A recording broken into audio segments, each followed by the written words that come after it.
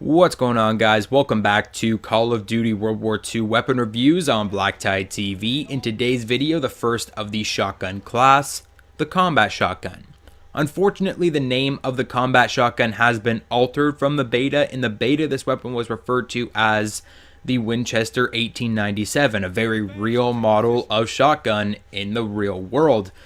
However, I think the change is mostly due to licensing rights and issues. To put a brand product name in some sort of mainstream media like a video game costs X amount of dollars, where X is more money than you or I will likely make in our entire lifetime. And so it makes sense that Activision or whoever's paying the bills was like, yeah, no, we're just going to call it the combat shotgun and save all this money.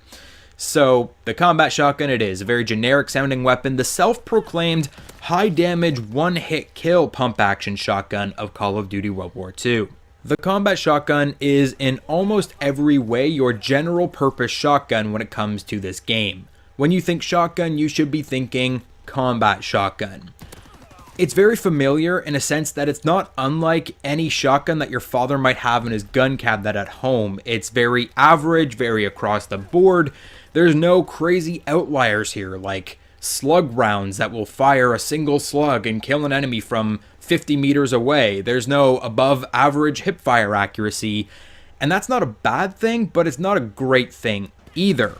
While the in-game menu refers to this weapon as the one-shot kill shotgun, all shotguns in Call of Duty World War II are now capable of a one-shot kill. The combat shotgun isn't even chief among them. In fact, the Luftwaffe, the second shotgun, a double barrel, is far superior in terms of one-shot potential. That weapon has an absolutely absurd range, but this one is more usable in combat, hence combat shotgun, I'm assuming. Being the only pump-action shotgun in the weapon roster for Call of Duty World War II, the combat shotgun technically has the slowest rate of fire of the shotgun class. Though that isn't considering the extensive reload animation that is concerned with the double barrel shotguns. After every 2 shots, reloading those 2 shots. The combat shotgun holds 7 in its magazine, which is very, very nice. You can engage multiple enemies. Though again, technically because of the nature of the weapon, this is both the fastest and slowest reload of all of the shotguns. There's no box magazine here, and each shell must be reloaded into the weapon manually, that is by hand, one after another after another.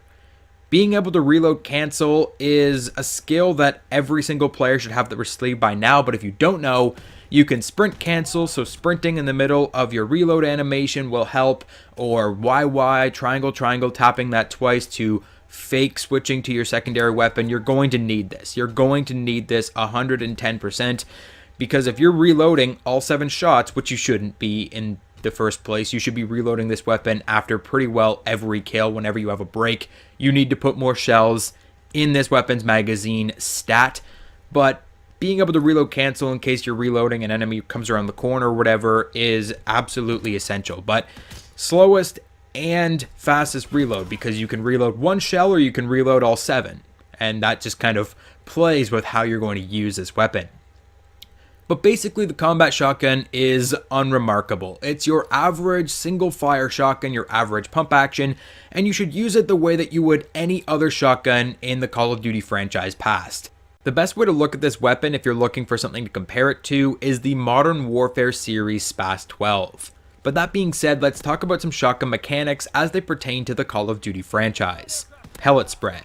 When you pull the trigger of a shotgun in a Call of Duty game, you fire a spread of pellets rather than a single bullet. In the case of the combat shotgun, that spread will consist of 8 pellets, and for every pellet that hits an enemy, you'll be doing X amount of damage. In Call of Duty World War II, what is referred to as your pellet spread can be magically reduced by simply aiming down sights. This will make your weapon much more accurate, constricting where your pellets can fly, increasing your chances for a one-shot kill when you're looking directly at an enemy.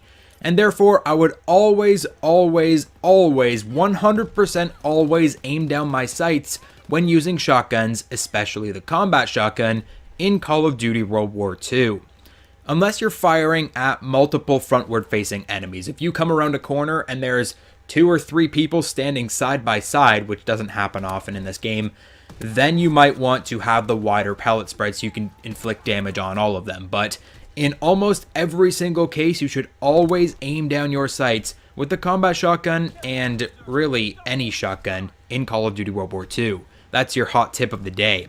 Now, although shotties are often found under the Expeditionary umbrella, Expeditionary Division and Incendiary rounds are about the farthest thing that I could possibly recommend for you. They are so far down the ladder, they're not even on the ladder anymore. I would never, ever, ever use Incendiary rounds on this weapon, apart from getting the 50 kills that you need for one of your final camouflage challenges. Do not use Expeditionary Division and do not use Incendiary rounds on this shotgun or almost any other shotgun in the game. I'll have to do hand testing on the others to make sure, but incendiary rounds will reduce the overall one-shot range of your shotguns, trading for a lengthier drawn-out time to kill. So you'll still get the, quote, one-shot, one-kill because you'll hit them, and then after 3 or 4 hit markers of fire damage, they'll finally die. But if you're not using expeditionary incendiary rounds, you can get a much greater one-shot, one-kill. Instead, I would recommend Airborne or Mountain Division. Airborne is especially great at traversing the map very quickly, while Mountain will keep you off the radar between enemy gunfights. In terms of attachments, advanced rifling isn't a must. In fact, there are no must attachments, because advanced rifling will only extend your range by a couple steps. That being said, advanced rifling is without a doubt the best attachment. It's just not going to be as big of a benefit as you might think. Quick draw again is not essential. Rapid fire is okay, but it's not essential. Most players won't even notice the difference. It works well as secondary because it has that lack of essential attachments. However, the Luftwaffe is just a better choice because it has that greater one-shot kill, and again, it doesn't need too many attachments either. So instead of Rifleman, what other basic trainings might you take? Hustle is great to reload quicker, energetic, inconspicuous if you're not using Mountain Division, and Hunker. I think the combat shotgun is the best shotty overall for objective play because of the 7 rounds in the magazine, just being able to move between gunfights and getting those one-shot, one-kills. It is my personal shotgun of choice, though the shotguns in general aren't exactly recommended in Call of Duty World War II. Apparently there's a buff coming, but we'll have to see about that. That is it for today's video, guys. The combat shotgun is going to get a 6 out of 10 from me, slightly above average when used at the proper ranges. Hit the like button if you enjoyed today's video, subscribe if you're new to the channel. Did you spot the hidden Astro logo in today's video? Be the first to comment the correct timestamp and you'll have 5 entries in my giveaway. Check out my links in the description and I'll catch you guys on the next video.